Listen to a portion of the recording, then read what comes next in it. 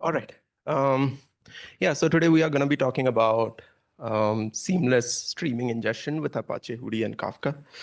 And uh, I'm Sagar, and my friend Vinish here. We both are software engineers at Onehouse. I'm PMC for Apache Hudi, and Vinish himself is PMC for Apache Xtable, which has just been chosen by Apache as an incubating project.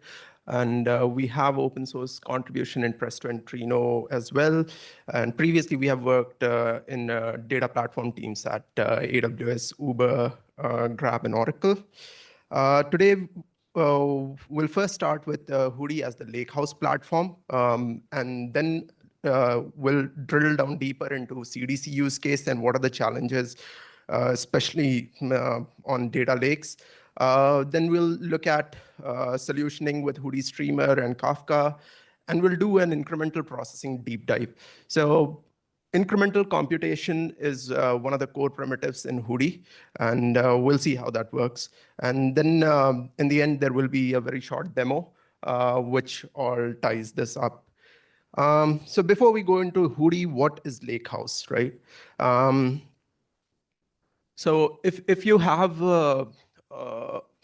built a data platform to power your BI use cases or DS or ML use cases, essentially what happens is you have your object storage, and then on top of it, a bunch of files, structured, unstructured, and then you have compute nodes where some execution engine is processing that data on your object storage, right? Compute nodes will have their own components depending on what compute engine you're using. So this is what the traditional data lake looks like. And the difference, so the storage and compute is already decoupled. That was a revolutionary idea a decade ago, and it's not new in Lakehouse as well. What is new in Lakehouse is this very thin metadata layer on top of your storage. And this metadata unlocks the transaction management. It unlocks things such as indexing and all the data warehouse features that you get directly on top of data lakes. Okay, so Hudi platform, very similar. At the base is the object storage. Then you have files in open file formats such as Parquet, Avro, Orc. And then this transactional database layer. This is what the Hudi core is. Apart from being a table format, a specification of how the data should be laid out, it also does table services such as compaction and clustering. It supports different indexes and concurrency control mechanisms. And we are Lake Cache and Meta Server is something which is in progress, a work in progress, which will soon be out in version 1.x. And as usual, like any other framework, you get readers and writer APIs on top of it. And then you have, so Hudi is query engine agnostic. You can use different query engines to query your data. It could be BigQuery, Redshift, or Presto, Trino, I mean, warehouse as well as interactive query engines. So under the hood, the table format is something like this. The very, very core thing about the table format is the timeline. That's like the transaction logs in databases. Timeline is one thing through which all the readers and writers reason about what actions have happened on the table and what's the current snapshot. And then when you do a write, whenever a new record comes in, the new record will get routed to some file. And Hudi has this key invariant that your record to a file is identified by file ID. So that mapping between record key and file ID doesn't change. Now, you do an update. What Hudi will do is it will simply log that update in a row format. So files are columnar, the base files are columnar files. And the updates go into row-based delta log files. And we do partial updates. So it's not as though we will be you are updating 2 columns, then out of hundreds of columns. So it's not as though we'll be writing the whole record, all the 100 columns for that record in the delta logs. The log files will contain some metadata in their header. One of them is bitmap, which helps us to locate efficiently where that record is located in the base file. And then you could have multiple updates for the same record. So you could have multiple versions of the record. This is what the file slice is. A bunch of records belong to a particular file, and each version of that is a file slice. And a group of file slices is called a file group. So you could have n number of file groups. And when you do a query, the reader will basically merge the file slices and produce the latest snapshot. So what this design helps is basically it unlocks different table types and query types for us. So you could do, depending on the nature of workload, you want very high throughput. Your workload is, let's say, very update heavy with high throughput. You could go for merge on read. So merge on read, as mentioned, what it will do is log updates simply. So writes are very, very fast. But then on the reader side, you need to merge those files to produce the latest snapshot. So reader takes a hit. But that also can be amortized with compaction. Compaction, you can configure compaction to run, let's say, every 4 commits, 5 commits, depending on your workload. And it will produce the latest snapshot for the readers to directly read that and ignore the files that were compacted. But if you want copy on write tables, you know that you just have append only workload, not a lot of updates. Then copy on write, you can simply do insert, and it will always produce the latest snapshot on each write. Copy on write is more like merge on read plus compaction on every commit. So write cost is a bit higher, but read cost, while reading, you don't really need to merge anything. Then you have the log structured storage design unlocks different query types as well. Since you have multiple versions of data apart from snapshot query, you can do incremental query. And our incremental computation primitive basically depends on that. You can ask Hudi for delta between t and t-1. You'll just get the delta. You can do time travel queries as well, read a consistent snapshot as of some timestamp. And then I would just talk about 2 main features, indexing and concurrency control here. But there is a lot more to that. Table services, I don't think we have time to discuss table services today. So indexing, just like databases, they help you locate the records efficiently. But what's unique in Hudi is that you have global and non-global index. Global indexes guarantee uniqueness across the partitions of a table, while non-global guarantee uniqueness only within a partition. Irrespective of global or non-global, indexing does help to reduce your merge cost. Without index, you might end up scanning full base files and log files, and merge cost, you'd incur more IO cost while merging. These indexes are pluggable, and you can bring your own implementation by implementing the Hudi index API. Among these different index types mentioned, I would just briefly mention RLI, which is like the primary index in databases. So you could have simple indexes based on join. So that's not very efficient for a large data set. But what most deployments did until Hudi 0.13 or 0.14, I think, they use Bloom index, which basically builds Bloom filter over the record key. So you can tune your false positivity rate. But again, you'll incur more compute cost if you want lower false positivity. RLI is very simple. It's just a record key to file ID mapping. And it helps a lot while doing point lookups, both on the write as well as the read path. Apart from that, there is a whole multimodal indexing framework, which is backed by a metadata table. And this metadata table, again, is a Hudi internal merge on read table. So unlike, let's say Snowflake, which uses Foundation DB for its metadata is backed by Foundation DB. We are using Hudi table itself as a metadata table. And all those indexes are stored here. So the files index, column stats, Bloom, record index, everything is stored here. This also, we use this while whenever a query, Hudi does not have its own query engine. As I mentioned before, it's query engine agnostic. But query engines, most query engines will expose some API to, where you can use their plan. You can define your own rules.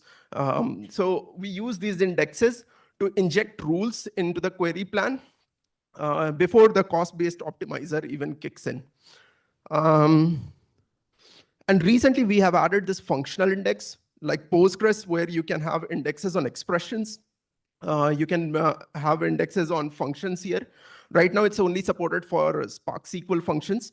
So if your query predicate has a predicate on hour of timestamp column, without functional index, so this is the plan which looks like if you run this code in Spark, and I've linked the SQL script there. So what you'll notice here is that this number of files read, using functional index, you can skip much more data if this index was not present. Now let's talk about concurrency control. So generally, there are 3 agreed upon approaches for concurrency control: pessimistic, optimistic, and multi-version. So pessimistic two-phase locking anyway wouldn't work with long-running jobs. OCC is very popular in other projects such as Delta Lake and Iceberg. But here's the problem with the OCC. And this is actually a production scenario. So you have an ingest writer. And then for GDPR purpose, you also have a deletion job. The ingest writer commits usually in a few seconds maybe, but this deletion job is long running. Each round runs for a few minutes. So there is a high probability that they will run into conflict. They are touching this same file group and they will run into conflict. So OCC is very simple. It will allow the transaction to continue until a conflict is detected. And then it will basically abort one of the transactions and retry. You could do that, very well do that. But then you might end up in this failure and retry cycle, which is very starvation prone. So our storage model is already designed as a log structured storage model, and we have multiple versions of the data. So why not support MVCC as the default model? And that's what Hudi does. MVCC, we are building a more general purpose MVCC in the sense totally non-blocking. So in this demo, you can, again, if you have a Flink setup, just take this code and run it. You will see 2 concurrent streaming writers running and a compaction job also running on the same table. And there will be no blocking between the writers. So you avoid the performance and cost penalties due to OCC. And that whole mechanism, the algorithm is dependent on the completion timestamps. So I talked about timeline being the transaction log, akin to transaction log in Hudi. So this is what the timeline looks like. This says that this delta commit started at this timestamp, ended at this timestamp. And the completion timestamp basically reflect the serialization order. You can look into the algorithm in detail in this RFC, which I have linked here. But there was a wide discussion in the community because now we were tying it to some timestamp, right? So guaranteeing monotonically increasing global timestamps, that's not very easy. And for OLTP systems, like Spanner has a true time API, which uses very sophisticated hardware as well, GPS clocks, to guarantee external consistency using global monotonically increasing timestamps. But OLAP world is more forgiving than OLTP, thankfully, and we can make certain trade-offs. So up to a millisecond level granularity, you won't get any conflict here. And this is deployed in production at petabyte scale, which, and we haven't seen any issue due to that. So, yeah. So basically what the point that I want to bring across is that Hudi is attempting to bring that database experience directly on Lake, and that unlocks several opportunities for us. Apart from deeper query integrations, you get a generalized data model. You can define primary key, or you may not define primary key, will auto-generate a record key for you. Right now we are serverless, but we are also discussing within the community about migrating to a hybrid architecture. So we'll still stay serverless for data, but for the metadata, we can introduce a server which returns that metadata. As the metadata scales, we don't lose much on the latency. Then, of course, we want to go beyond structured data, not just be limited to Parquet and ORC and Avro. We want to support unstructured data and expand to ML and AI modeling. One example of this is the indexing framework. We plan to add the vector index there as well. And we are just looking at different other formats, such as LANS format is pretty popular. And we are looking at that, how we can integrate that into our index API. Yeah, so that's about Hudi. And with that, I would like to hand over to Vinish to talk about CDC.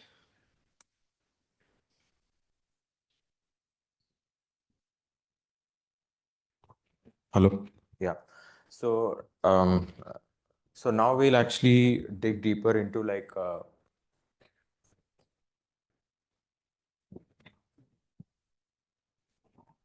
hello. Yeah.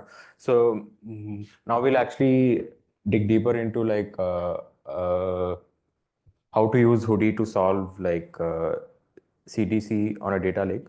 So first, am I audible? Yeah, yes. Fine. Yeah. So first, here's like a brief intro on like what exactly is like CDC.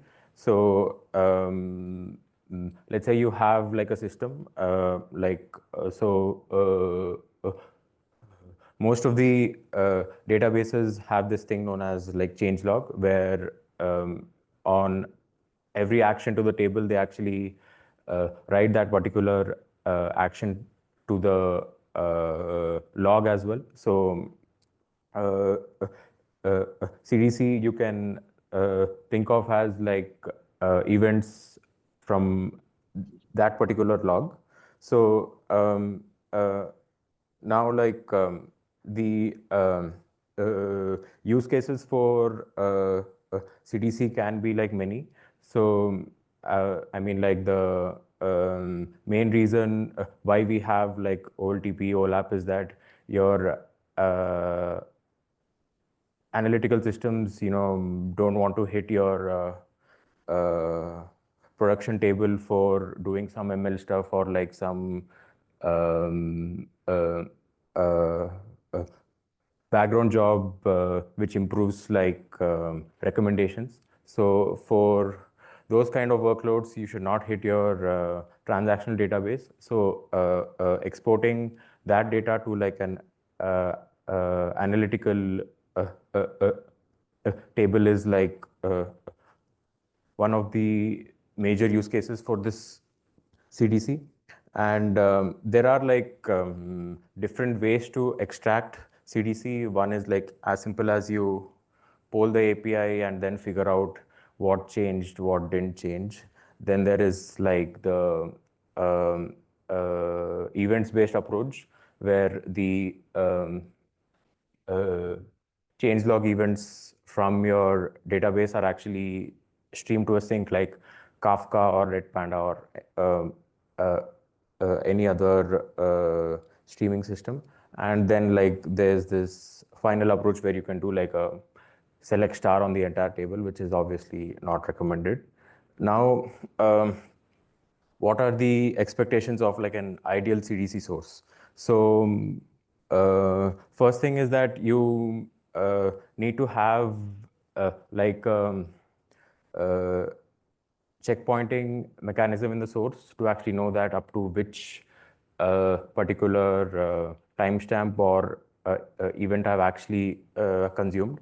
So in the case of Kafka, that actually translates to offsets. Then the other thing is that you actually want to efficiently get that data since the last checkpoint. Like you actually don't want to read that entire data and then do a filter to figure out, I have actually read up to this and I don't need the old data. Then you also need like an ordering support as well in those events. So for databases like Postgres, there is this field known as event LSN, which is like uniquely generated for each database event to the val log. So databases do support that by default. Then yeah, so like as I said, like so to actually consume these events, you don't want to like do like a select star or like read the val log through some SQL command or etc. So you need this events like streaming in an external system. Like majority of the people in the world use like Kafka related systems like Confluent, Pulsar, Red Panda. And then your CDC source should also support like an ability to reset the checkpoint, as I said, so that you can like if you actually made some mistake in your analytical code, you can actually fix your code and like replay the entire data. Then yeah, so the other obvious reason is the val log for a database is like something that's not infinite. It actually keeps getting purged. So you should not basically rely that the existence of the that particular log forever. So now that is about the source part. Now actually talking about the sink. So your sink, if you actually think of it, is actually getting like a high throughput of events where it says that this particular record has been updated with this thing, and your sink should also respect ordering of events. I mean, like you actually don't want to apply an update which is stale. And the third one is that it should like absorb these changes very fastly. Like if you don't, then like your analytical table will have like a huge delay with the transactional table in terms of latency, and your other applications. For example, there is like an ML pipeline which is calculating the recommendations for a user. So in that case, the expected end-to-end latency for a record after it's updated in transactional table is like within 5 to 10 minutes or even much lesser, depending on your use case. Then like the third one is you want to avoid small files in your sink. Like you actually don't want to make your sink like an S3 or GCS folder, which has like a million files, because your analytical queries actually get affected because of that. And like the last one is that your sink should also have the ability to act as a source. So as you know, like Kafka by default has like a retention of like 7 days, and if you have, and like if your sink has the ability to store like terabytes and petabytes of change logs, while giving this ability of incremental consumption, that is like a very big bonus. I'll actually talk about that in a minute. Then, yeah, so to actually solve CDC using Hudi, you just like you need like 3 components. One is like Debezium, which is the open source changelog capturing connector, which streams your events from Val to Kafka or any other sink which implements that interface. Then after you actually push those events to Kafka, you can use like Hudi Streamer to consume those events from Kafka and ingest it to a Hudi table. Then, yeah, now we'll actually talk in depth about the end-to-end pipeline. So as I said, you have like a Kafka source, Debezium, your database, and you can think of the first table to be basically your raw table, which so here in this particular ingestion we are not really doing any updates or anything. We are just taking the data as is from the changelog and ingesting it to a Hudi table. Then now you can after this point, you can actually consume this Hudi table in an incremental fashion and apply your projections, transformations, your merge logic to figure out which event is an update, which event is a delete, and so on, and like write it to like a silver table. This is like a term coined by Databricks. And now to give like a real world example, let's say you have like a user table in your RDS Postgres, and you have like an orders table, and now you actually want to join those 2 tables and like have like a single table for analytics. Then you can basically do this join as well in an incremental fashion and write it to the summary table or goal table. Now we'll go a little bit deep on like how exactly we do the update in Hudi. So you have your incoming events. Now those events can be updates, inserts, or deletes. So inserts, as you know, is like simple. You have to just write like a new file or like just append that data to an existing file. Now for updates, you actually need to figure out where each of my update is in storage. So to actually do that, the most obvious thing is to basically do like a join of your existing data files in storage with the update events that you have, and then figure it out, which is what like simple index does. Now, let's say your update volume is actually not that high. So in any particular batch of events, you're actually just touching like 5% of updates or like 10% of updates. You are doing like an expensive join operation to basically figure out where my data files are. So as like Sagar mentioned, there are other indexes supported by Hudi known as like Bloom index, record level index. So using these indexes, you'll be able to like uh, uh, prune your data files effectively to eliminate the files which don't have those updates very easily.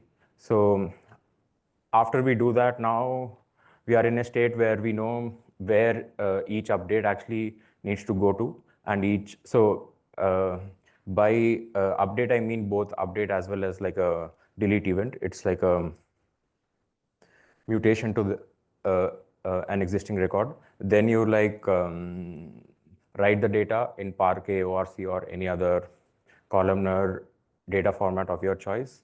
Then you update the index and you update the metadata table and then do a commit. So the last step is basically optional. It's up to you depending on your use case and like your application. So if you like actually want, you can run compaction immediately after every commit, which will give you the which will take like a hit on your write latency.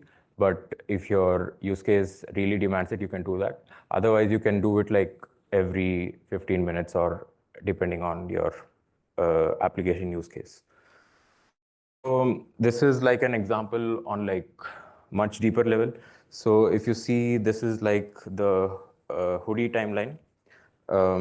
So in your incoming data, there are like two events. One of them is an update and an insert.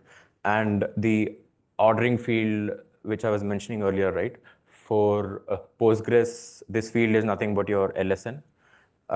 So your update is actually honored if the incoming LSN is actually more than the existing one, and insert is just like appending data to the file. Now in the second case, there's like a delete event, which removes that record from the file, and your update in this case is having like an LSN which is less than the existing one. So this particular update is just ignored. So now all of these mutations to the table are actually written using this timeline. So now let's say I actually want to know what is the updates that actually happen between T2 and T3. So if you actually had your data in S3 or GCS, you won't be able to do that easily. But with Hudi, as we have the metadata, we are easily able to figure out, which updates have been added in this particular timestamp query. Then there's also this CDC type of query that is available in the Spark reader for Hudi. So like as I said, if you actually want to get like change logs from T2 to T3, you have to give this config enabled as true, and you will get these particular results where you have the operation, you have the event before applying the update and after applying the update. So these kind of things like are used for applications to track lineage in your records or among other things. Then the bonus point which I was talking about, where your sink itself should act like a source eventually. So Hudi actually gives you that ability where if you have like petabytes or of like change logs in Hudi, you can still incrementally ingest that table like to uh, um, uh, uh, uh, uh, incrementally ingest those updates without actually reading your entire data set. Then, yeah, that's about the talk. I'll just quickly show a demo as well on this thing in action. Let me give a second. I need to.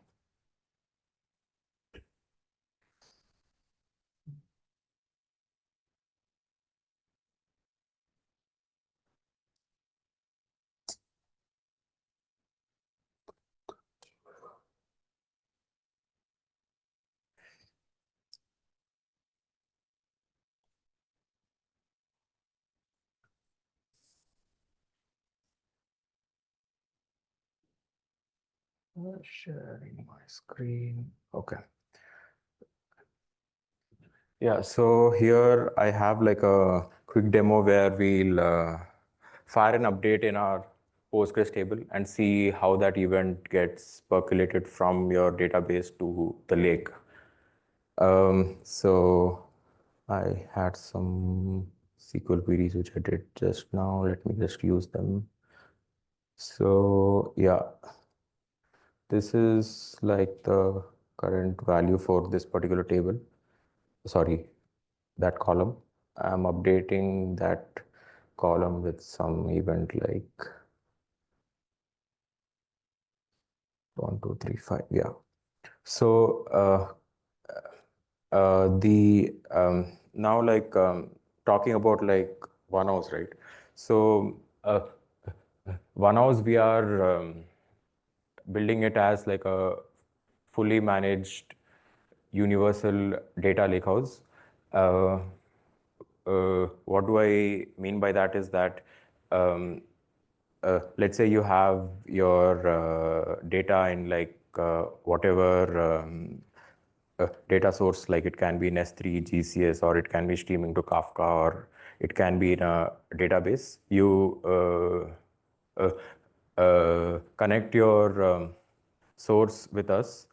Uh, uh, Onehouse will do the ingestion, the management for those pipelines, and run table services like compaction clustering so that your queries are optimized, and even do like um, uh, uh, um, custom transformations which can be given by the user.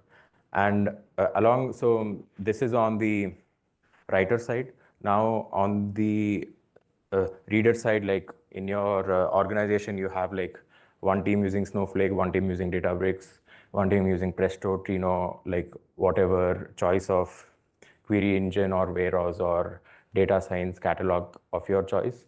You can use Onehouse to uh, query that data without any vendor lock-in.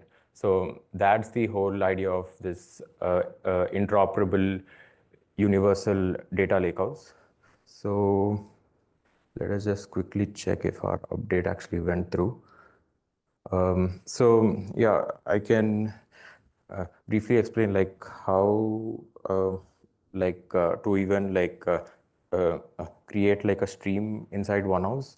So you you have your sources like Kafka, Postgres, S3, etc. So in this particular thing, let's just use the Postgres one, and you can write your data in like a mutable fashion or like an append only way, as it is like a Postgres table using, I am using mutable here. Then you have like you can select your Postgres table that you actually want to ingest. Let me give name to the table, and so the primary key of the database is automatically populated as the record key. If you think that it's not the right choice, you can use a different one, and you can choose like a partition key as well. Let me choose item ID itself. I mean, like I know it's like a bad thing. You like your primary key can't be your partition key, but just for the sake of this demo. So this field is basically the ordering field I was talking about. So for Postgres, it's like the LSN field, and you choose your lake, choose your database, and you have the catalogs here. So now, if you actually want to query this table in Snowflake, you can choose the Snowflake catalog. If you want to query this table in Databricks, you can choose the one table catalog, and then there is the default catalog which is given for AWS, that is Glue. And I need to give the name.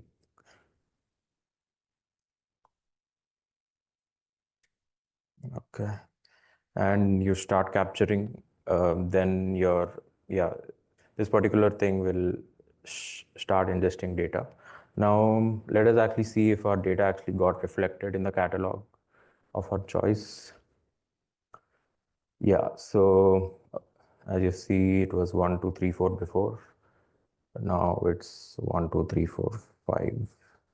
Yeah, so this is the Snowflake table that got created. Then there is like a similar version of it in Databricks where the table format is Delta, and you'll get a similar result even here. Then you have AWS Athena. This can be AWS Redshift as well, and you can query the same thing. Okay, I think I need to sign in.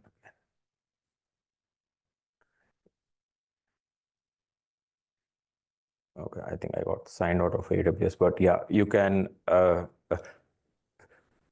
query the same table in AWS Athena as well. So going back to the universal data lakehouse slide, yeah. So as the demo showed, your data inside Onehouse has no vendor lock-in. You can bring any query engine of your choice, and you'll be able to query the data. So yeah, that's it for the day.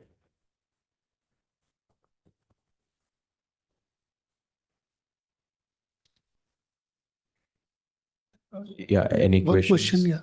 So I have one question. Yeah. So what happens when you have a source and at the target, when at the source your table definition get changed, so how this tool track it? When you add some more column over there, Yeah. or you deleted some column over there, but at the target we have a old definition. Yeah. So how does it get match over there? Yeah, so schema evolution, as you said, I mean, like, Schema evolution in the iceberg that happen, like you have a column and all. So similar things, how does it happen in this Hudi?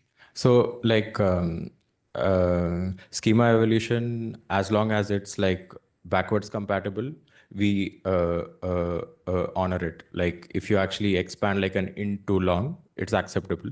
And like your let's say you're changing the schema inside Postgres from integer to long for some column.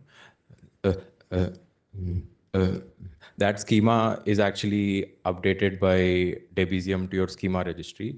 Onehouse basically picks up the new schema from the schema registry and figures out that, it is like a valid schema evolution and it can ingest the data. Yeah, but when you have a thousands of table, how it will, is it going to sync all the table in the source and target, or is it going to pick like this one table where the schema has been changed? So how to match it? So like each table will be like a stream here. So even if you use open source Hudi, you'll have like each Spark job or Flim job ingesting one table. So there are like individual streams there. I mean, like you can do multiplexing and everything on that same Spark job and Fling job. Yeah, that's up to the implementation. Okay, thank you.